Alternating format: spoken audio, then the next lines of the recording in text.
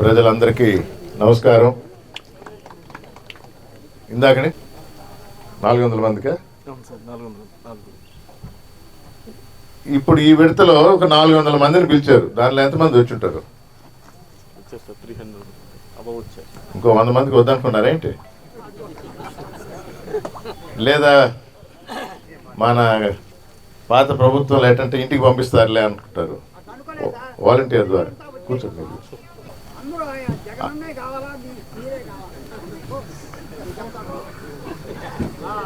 ఈరోజు news paper చూసారా? ఏమని రాస్తుందా? Jagan sir once more. గట్టిగా చెప్పు.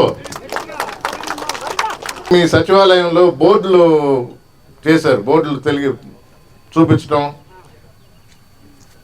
దానికన్నా ముందర ఇంటింటికి వచ్చి ఎవరెవరికి ఎంత లబ్ధి చెప్తుంది కదా.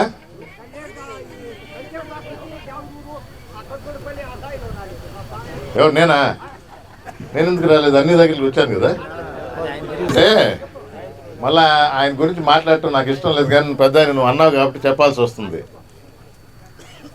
మంచో చెడో 4 సంవత్సరాల క్రితం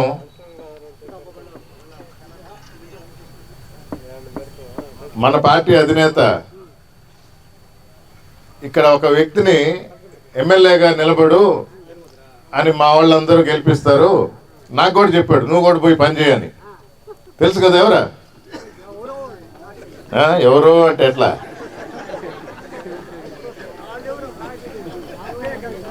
ఆనం రామనారాయణ రెడ్డి. తప్పించాడా?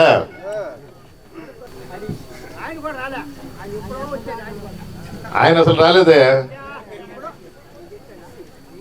అక్కడ ఒక 3 ఇళ్ళు తిరిగేసి మొత్తం సచివాలయం తిరిగేసామని లెక్కలో వేశాడు. ఆ విధంగా మన సైదాపురంలో 19 సచివాలయాలు ఉంటే ఇక్కడ 3 తిరిగాడు. 3 ఒక్కో సచివాలయంలో 3 ఇళ్ళు. మిగతావన్నీ నన్ను పూర్తి చేయమన్నారు. అందుకని మిగతా 16 తిరిగిన. ప్రతి ఇంటికి వెళ్ళిన, ఇంటింటికి వెళ్ళి ప్రతి ఒక్కరి దగ్గర కలిసి మాట్లాడిన. అట్లా వెంకటగిరి నియోజకవర్గం అంతా తిరిగిన.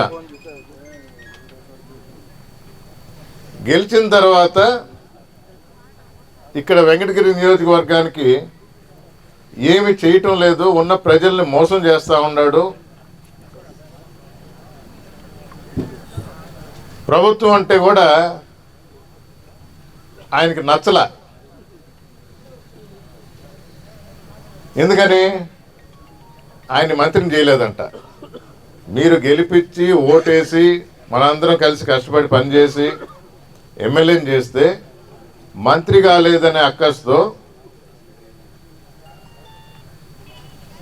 మీకు అన్ని విషయాలు తెలియదు. ఎందుకంటే మిగతా 6 మండలాలు, టౌన్ ఇవన్నీ ఉన్నాయి కాబట్టి ఏ విధంగా దోచుకుందాం అనే వ్యవహారంతో వెంకటగిరి నియోజకవర్గ ప్రజలకు మోసం చేస్తూ గడుపుతున్నందువల్ల, ప్రభుత్వ వ్యతిరేక వ్యాఖ్యలు చేసినందువల్ల ఫైనల్గా ఎంత దిగజారుడంటే తెలుగుదేశం పార్టీ ఎమ్మెల్సీకి డబ్బులు తీసుకొని ఓటేశారు ఒక 4. ఈ 4 మన పార్టీ సస్పెండ్ చేసింది. తెలుసుంటాయి మీకు ఆ 4 పేర్లు. దానిలో వయసుండి పెద్ద ఆయన రామనారాయణ రెడ్డి, అక్కడ శ్రీధర్ రెడ్డి, ఇంకోటి 4 శ్రీదేవి. ఈ 4 సస్పెండ్ చేసింది. పార్టీకి వ్యతిరేకంగా తెలుగుదేశం పార్టీ ఎమ్మెల్సీకి ఓటేశారు అని. అంటే వీళ్ళు ఆల్రెడీ డిసైడ్ చేసినారు, మేము తెలుగుదేశం పోతాము అని. ఇవి తెలియని రాజకీయాలు కాదు, మీకు అందరికీ తెలియని విషయాలు కాదు, ముందరే పసిగడతారు. కానీ మేము దొరలం అన్నట్టు మంచోళ్ళం, మంచే చేస్తున్నాం, ముందరే రాళ్ళు వేసేసుకుంటారు, రాళ్ళ మీద బొమ్మలు వేసుకుంటారు. చూసులా పని జరిగిందా? ఈ రోడ్డు ఉంది, ఎందుకు చేయించలేదు? ఏం చేస్తా ఉన్నాడు? 45 కోట్లు సెంట్రల్ గవర్నమెంట్ మన స్టేట్ గవర్నమెంట్ కలిసి ఈ రోడ్డుకి శాంక్షన్ చేసింది. పని మొదలుపెట్టించలా. నాకేంటి ముందర, నాకేంటి తర్వాత, అదైతే ఏమైతే ఏంటి? మీకు తెలుసుంటుంది, డక్కిలి మండపాడు ప్రాజెక్ట్ అని ఉంది, 250 కోట్లు. కాంట్రాక్టర్ ఈయనకి కుదరలా, ఆపేశాడు. రైతులు ఏమైతే ఏంటి? అప్పటి వరకు ఒక అడ్డుకట్టు ఉండింది, కొద్దిగా గొప్ప నీళ్ళు నిల్చుండేవి, రైతులకు ఉపయోగపడేది. అది తీసి కండ్లేరునిచ్చి ఇంకొంచెం పెద్ద రిజర్వాయర్ చేసి, అందుకే దాన్ని ఆతురపాడు రిజర్వాయర్ని పెట్టి అక్కడి నుంచి మళ్ళా నీటి కోసం, సాగు కోసం 80,000 ఎకరాలు సాగు కోసం ఆ ప్రాజెక్టు డిసైడ్ చేసి పని మొదలవ్వాల్సింది. ఈయన ఆపేశాడు. నాకేంటి? కుదరలా. రేట్లు మారి అది 650 కోట్లు అయింది. ప్రాజెక్టు విలువ పెరిగింది, ఖర్చు పెరిగింది. అయినా కూడా జగన్మోహన్ రెడ్డి దాన్ని శాంక్షన్ చేశాడు, స్టార్ట్ చేయమన్నాడు. మొదలవబోతుంది. తప్పు చేశామని చెప్పి ఆయన్ని తొలగించి ఆ స్థానంలో నన్ను పెట్టారు. అందుకనే నన్ను వెంకటగిరి నియోజకవర్గ సమన్వయకర్త అన్నారు. ఇందాక ఒకరిద్దరు అన్నారు, ఈసారి రావణ్ని మళ్ళీ ఓటేసి గెలిపించాలని. మళ్ళీ కాదు, మొదటిసారి.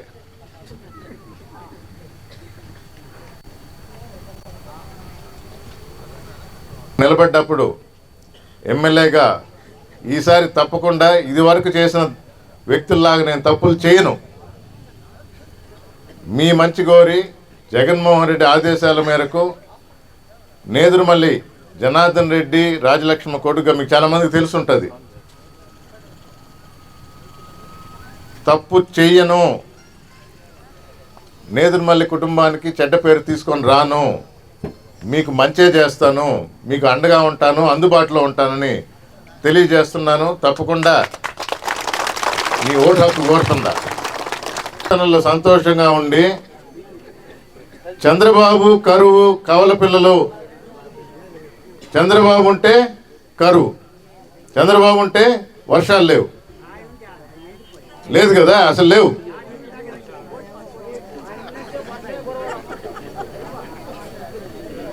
ఆయన ఆ మధ్య రాజమండ్రి జైల్లో ఉండేసి అందుకని ఇక్కడ వర్షాలు లేకుండా పోయినాయి. మీకు తెలీదు.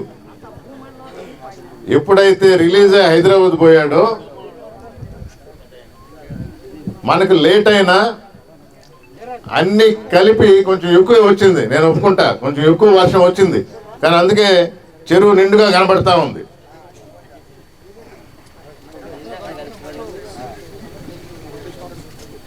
రైతులు సంతోషంగా ఉండాలి కదా, వర్షాలు కావాలా, నీళ్లు కావాలా.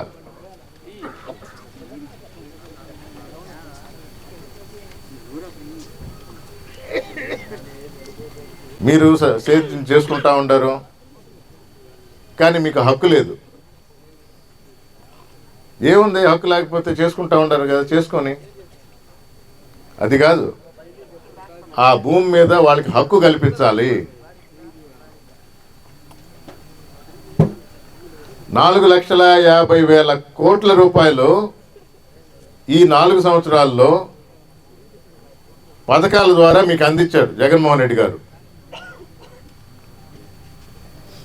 4,50,000 కోట్లు మీకు ప్రతి ఒక్కరికి మీకు తెలుసు.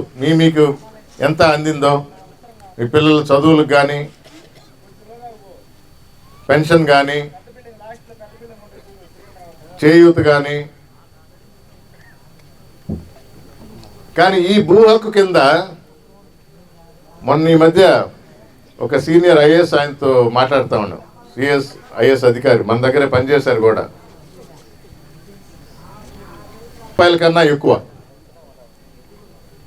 ఇప్పుడు ఇచ్చే భూమి రాష్ట్రం మొత్తం 10 లక్షల కోట్ల కన్నా ఇచ్చిన దానికన్నా. ఇది తెలియదు ఎవరికి. అంటే ఇందాక అన్న మాట ఇదే. ఇది ఇవ్వాలంటే మనసు ఉండాల, మనసు ఒప్పాల, ఇవ్వడానికి కూడా మనసు ఒప్పాల. కొందరికి రాదు. తెలుగుదేశం ప్రభుత్వం ఎన్నో సంవత్సరాలుగా ఉండింది. ఇది ఇక్కడ తాపలా. ఆయన 2003 సంవత్సరం ముందరున్న వారందరికీ ఇవ్వండి అన్నారు. ఈరోజు 300 చిల్లర మందికి ఈ లబ్ధి చేకూరుతుంది. ఇంకో 3000 మందికి 2900 ఎకరాలు వారం 10 రోజుల్లో ఇవ్వబోతున్నాం.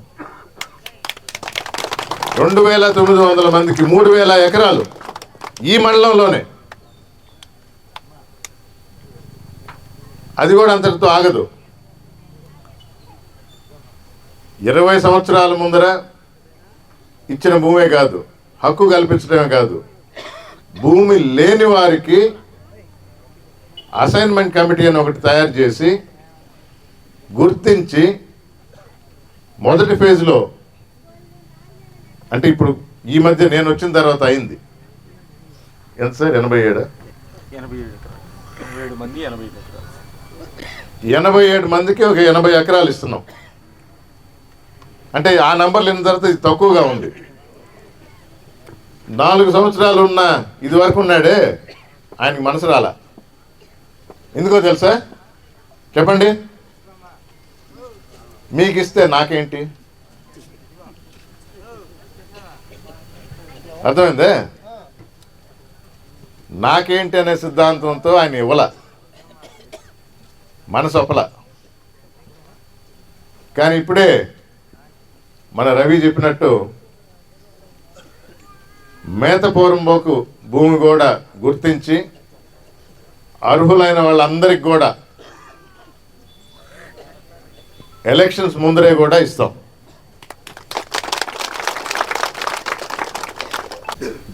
ఇక్కడ నంబర్ చెప్పాల్సిన అవసరం లేదు. మీకు ఒక మంచి తహసీల్దార్ ఉన్నారు. నేను ఒక నంబర్ చెప్పానంటే అక్కడ తాగుతాడు, చెప్పకుండా ఉంటే ఇంకా ఎక్కువ చేస్తాడు.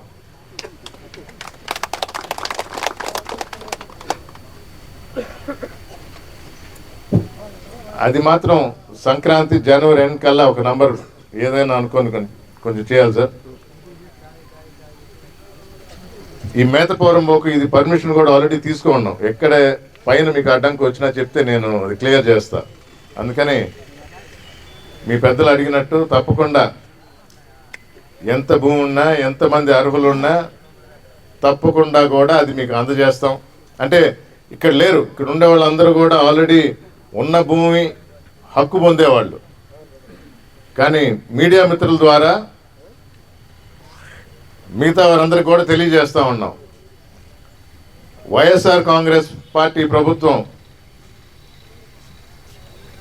జగన్మోహన్ రెడ్డి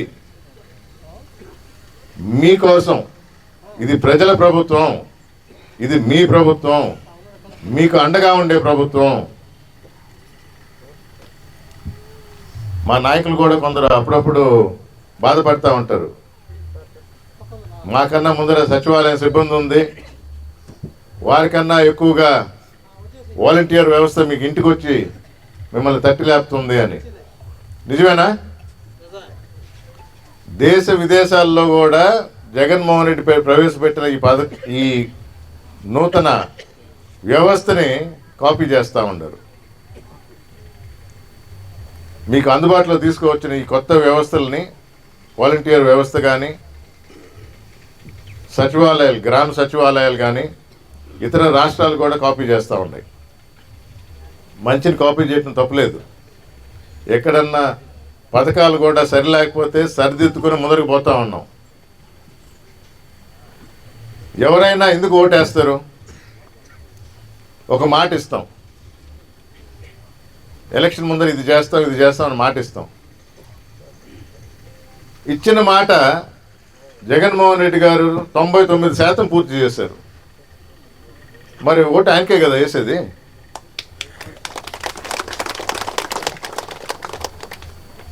ఆయన చూసే ఓటేస్తారు. మధ్యలో ఇక్కడ ఎమ్మెల్యేగా నిలబడ్డవాడు కొంచెం సరిలేకపోతే ఆయన సరి చేస్తూ ఉన్నాడు. అది కూడా అంతేనా? కొంచెం బాగాలేదనే వాళ్ళని కొంచెం తీసి ఇంకొన్ని కొత్త వాళ్ళని మీకు అందుబాటులో మీకు నచ్చినట్టు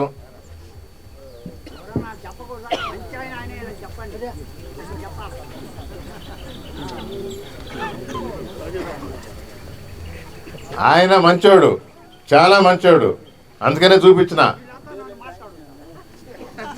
జగన్ సార్ వన్స్ మోర్ అని చెప్పింది అందుకిచ్చాడు, అది గుర్తుపెట్టుకోండి. ఆయన ముఖ్యమంత్రిగా కూర్చోవాలా, వైఎస్ఆర్ కాంగ్రెస్ పార్టీ మీరు మరొకసారి మద్దతు తెలపాలా.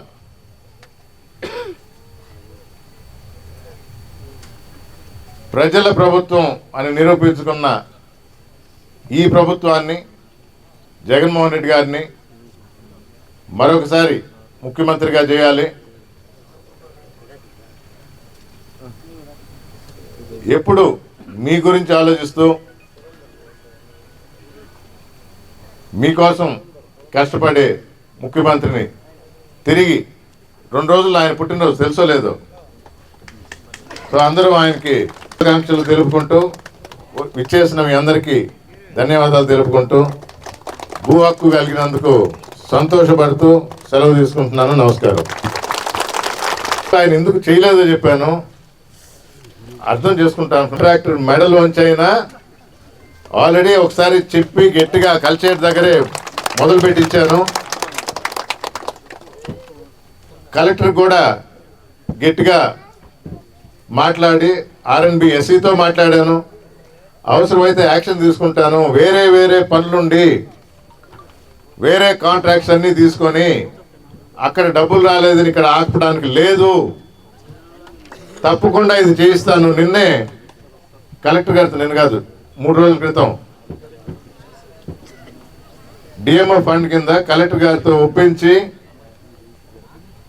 మన గూడూరు రోడ్డు ఆ సైడ్ కూడా బాగా చెడిపోయిందంటే దానికి ఒక 2 కోట్లు శాంక్షన్ చేయించి పని మొదలు పెట్టబోతున్నాం.